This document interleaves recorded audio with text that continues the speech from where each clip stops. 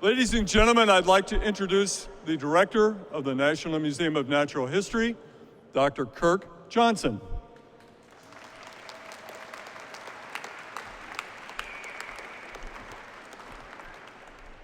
Good morning. What could be more fabulous than welcoming a Tyrannosaurus Rex to Washington, D.C.? We've had a tremendous effort over the last 10 years pulling this together, and many people who made it possible who are with us here this morning. I'd like to first mention Lieutenant General Thomas Bostick, Chief of Engineers and Commanding General, U.S. Army Corps of Engineers. His staff, primarily Sonny Trimble and Kate McMahon, worked tirelessly on the Army Corps side to arrange the loan from the Army Corps to the Smithsonian. Shelley McCamey, Pat Leege, and Jack Horner from the Museum of the Rockies were the team that originally excavated the dinosaur in 1989 and 1990. And they're here with us today. Jack Horner will be joining us tomorrow. Tom and Kathy Wankel, ranchers from Angelo, Montana, made the original discovery while hiking on the Fort Peck Reservoir in eastern Montana in 1988. And they and their family are here with us today as well. Virginia Albanese, who is the head of FedEx Custom Critical, is responsible for the transportation of the Tyrannosaurus Rex from Bozeman, Montana to Washington, D.C. in a FedEx truck, which is parked on the mall outside the building right now. We're happy to say we FedExed the T-Rex. Jesse June, Bureau of Land Management, is here today representing the head of the Bureau of Land Management. And as you see later in the morning, this Tyrannosaurus Rex will be joined by several of its relatives in what we're calling the Rex Room in Hall 13, just off the rotunda. John Jarvis, head of the National Park Service, represented here today by Vincent Santucci, has been our long partner, and we originally had planned to unveil this dinosaur on October 15th on National Fossil Day, and we were partnering with the National Park Service to do that. Please join us on October 15th of this year. I also want to thank the staff of the National Museum of Natural History, many of whom worked on this project for many hours as we prepared to receive this Tyrannosaurus Rex. The only staff member you'll see is Matt Carano, who is our curator of dinosaurs, who will help us unveil the Tyrannosaurus Rex. I also want to thank the generosity of David H. Koch, who's the premier sponsor of our soon-to-be-launched new exhibit on the history of life on Earth that will replace our dinosaur halls, which have been open continuously since 1911. I'd also like to note the presence of our youngest donor, Skip Homer, who has given us a box full of donations and so inspired the rest of the staff and volunteers and donors about the importance of dinosaurs to kids and adults. Now, just a word about the T-Rex. We're unveiling what is called MOR 555, also known as the Wankel Rex, also known as the nation's T-Rex. It was a nearly complete Tyrannosaurus Rex discovered in 1988 on the shores of the Fort Peck Reservoir in eastern Montana, and it lay in the ground much as it had died on the shores of a stream in Montana just over 66 million years ago. Its preservation was so good that it ranks as one of the top 5 skeletons of Tyrannosaurus Rex ever discovered, and it's really with great pleasure that we bring it here to the Rotunda and the National Museum of Natural History, where it will be unveiled in front of Henry the dinosaur that came to this space in 1959. The Rex will be part of our renovation of our fossil halls, our dinosaur halls, which opened to the public in 1911, over 100 years ago. This wing of the museum, over 31,000 square feet. On April 27th, we will close this wing. We will dismantle the dinosaurs and other skeletons in the wing. We will begin conserving them. We will then take that room back to its bare original architecture, do a bunch of infrastructure work on the underpinnings of that hall, the surrounding halls. We'll restore the hall to its 1911 splendor, and we'll reinstall a brand new exhibit on the history of life on Earth with, of course, many dinosaurs and an eye towards the future. And that hall will open in 2019. Of course, more than 7 million people visit this museum every year to see the treasures of the natural world as presented on the National Mall. It's the most visited natural history museum in the world. And of course, many of them come to see dinosaurs, and they will. We'll be installing a temporary exhibit called The Last American Dinosaurs on the second floor, and that will have the story of Tyrannosaurus rex and the animals that lived with it on the plains of eastern Montana between 68 and 66 million years ago. We'll also have dinosaurs and fossils and prehistory featured in our new interactive space called Curious, which is located on the ground floor off of Constitution Avenue. The T-Rex itself, once we unpack it, will be in Hall 13, known as the Rex Room, just off the rotunda.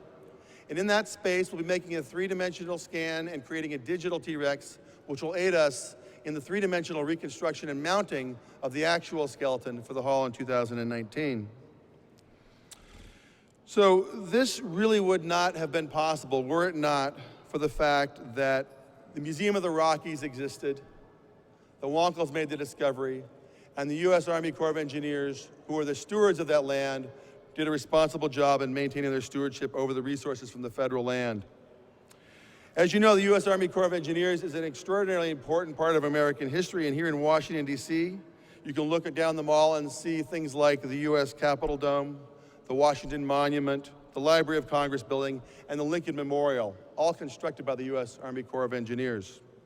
I'm pleased now to be able to introduce you today to Lieutenant General Thomas Bostick, Chief of Engineers and Commanding General of the U.S. Army Corps of Engineers. General Bostick. Thank you. You know, today is a wonderful day for the Smithsonian and, more importantly, a wonderful day for the nation. I want to thank Dr. Jason Kirk and the entire Smithsonian team for your hard work, for your leadership, sir, that brought us to this day. The Army Corps of Engineers has a long relationship with the Smithsonian, from cataloging natural findings in the early westward expansion to archaeological programs associated with river basin surveys and construction projects, to helping to fireproof the Smithsonian Castle and supervising engineering of the Arts and Industries building. In fact, one of my predecessors, Chief of Engineers Major General Joseph Totten, served on the original board for the Smithsonian Institute, founded in 1846. When people think about the Corps of Engineers, they probably think about our efforts in disasters, the response to those disasters like Hurricane Sandy and Katrina. They also think about military construction or our work on our inland waterways and our ports. But they may not know about some of our great work in Washington, D.C., some of which Dr. Johnson spoke about. But also, we built the Pentagon, Arlington National Cemetery, the Washington Aqueduct, where for 150 years we have provided the water for the residents of Washington, D.C., Arlington, and Falls Church, and much, much more. We're one of the nation's largest providers of recreation. 370 million visitors a year come to our recreation centers. We're the stewards of 12 million acres of public lands and water, and we have a key role in preserving the environment. In our efforts, we also encourage young men and women to study STEM, science, technology, engineering, and mathematics, so they might have a future in education and future careers in this area. And this all comes together today, here at the Smithsonian with the Wonkel T-Rex. Since 1906, Congress has passed numerous laws and regulations that recognize the importance of preserving and showcasing the nation's heritage and paleontological resources for the benefit of the American people. Discoveries made on Corps land or by the Corps, such as the Wonkel T-Rex, are federally protected. We are proud to participate in protecting and preserving the nation's paleontological resources by maintaining state-of-the-art expertise in natural resource and heritage asset stewardship in support of the United States government agencies. The U.S. Army Corps of Engineers Center for Curation in St. Louis, Missouri, led by Dr. Sonny Tremble, who is here. Sonny, raise your hand. Great American who I first met in Iraq. He's running one of the largest single organizations in the Department of Defense dedicated to addressing heritage assets. In terms of national archaeological collection, the Corps is second only to the Smithsonian in terms of the number of artifacts it is responsible for.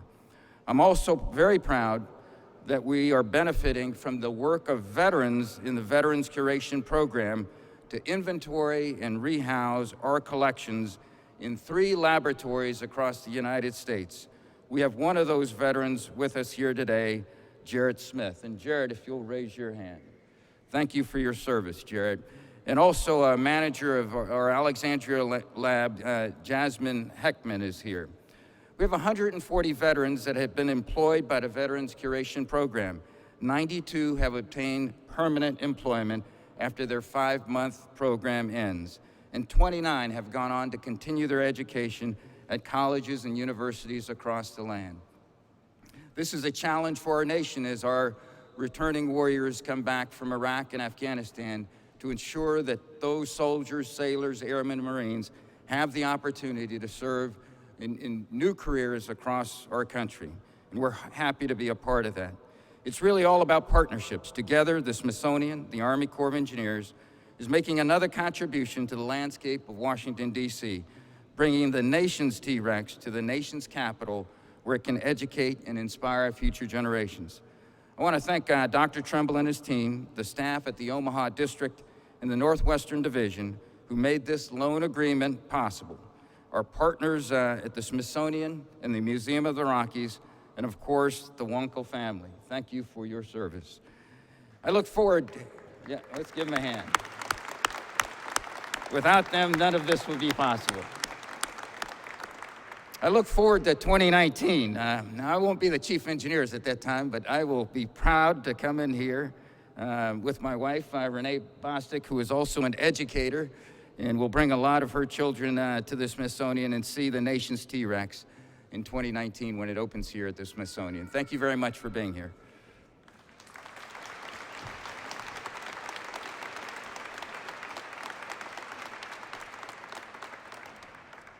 We'll now just sign the loan papers from the Army Corps to the National Museum. It's a 50-year loan of a Tyrannosaurus Rex.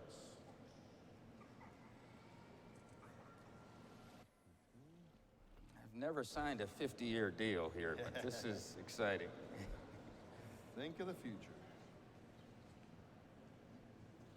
Okay. There we go. And now we go here. Congratulations. Thank you very much. That's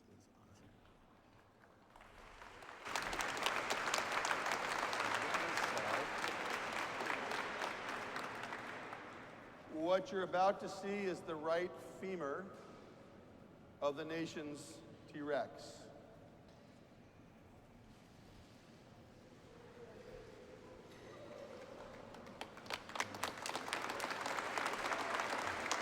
You take this off, and you'll fold it, and you'll place it. And we can get another shot. And then maybe a handshake here. This is amazing. Yeah. There's the Yeah. socket, and there's the knee. Yeah, So, quite amazing. yeah, Thank you. that's awesome. You brought a lot of leadership and a lot of great work came together today. Well, Thank it's you good to and see your a team. dinosaur in this landscape, isn't it, huh? All right. 66 million years ago. Amazing. What we'll do now is we'll open this crate, which contains the upper right jaw, the lower left jaw, and the arm bone of the Tyrannosaurus Rex. And this specimen was one of the first ones discovered that had an intact arm. And what you'll see is the arm of this animal is not much larger than my arm. Thus the story of the very tiny armed T-Rex. Matt Carano? This way? Wow. Just slide it out. Impressive. There we go. So there's the lower right jaw with one tooth. The teeth on Tyrannosaurus Rex are about the size of bananas. There's the arm. You can see the arm with the radius and ulna. And there's hand. Elbow, Impressive. wrist, and 2 fingers, and that's it. You did a meticulous job of packing this. And that was your team when working with the Museum of the Rockies. And here is the upper left.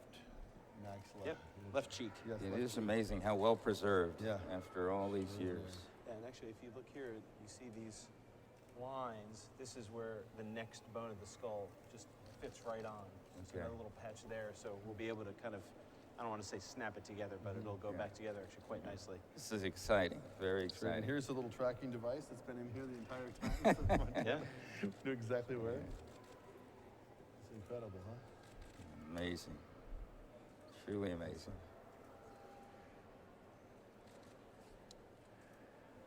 What we'll do next is offer you a chance to take a little bit closer photographs for about 10 minutes.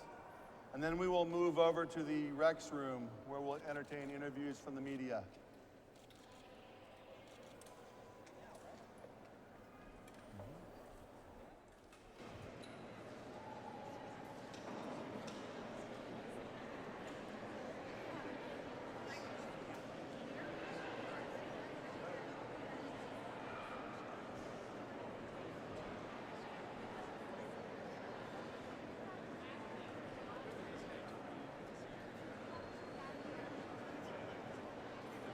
You do a lot. Yeah, that's you never do this. Right. Well, this is the thing. It's such an unusual thing. Yeah.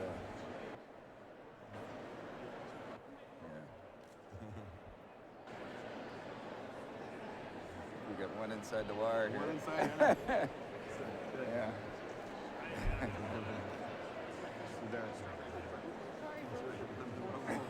One breach in the perimeter.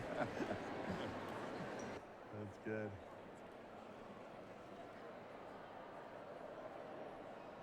Yeah, the dinosaur is such an amazing, it has such amazing interest for the American public. Yeah. And the T-Rex is like Yeah, the yeah, ultimate yeah, example of that. right. You know, it's a phenomenal thing.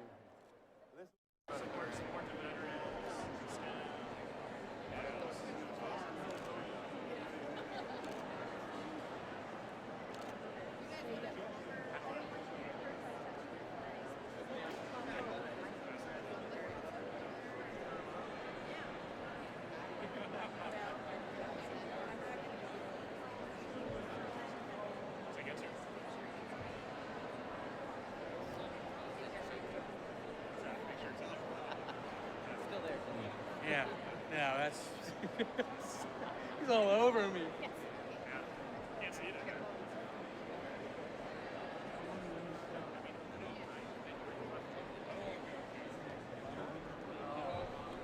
Right where you belong, right up front.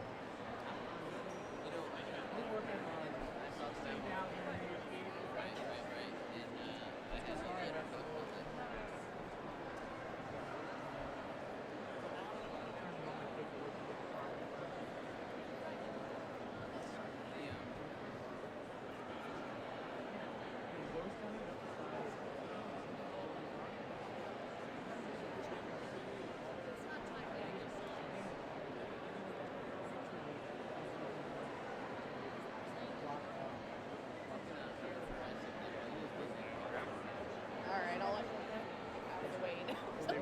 All the important people.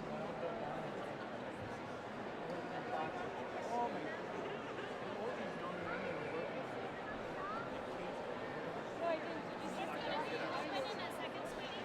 We're gonna have it in the other room in a little bit. We're about to move all the boxes.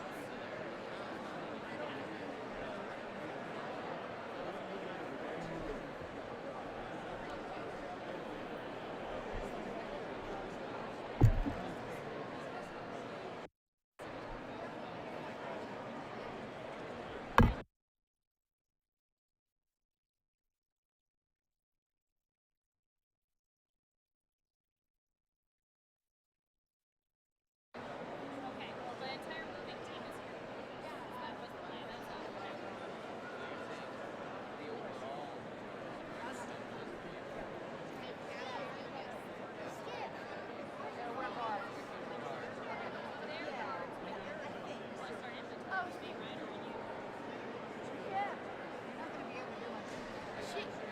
He's over here.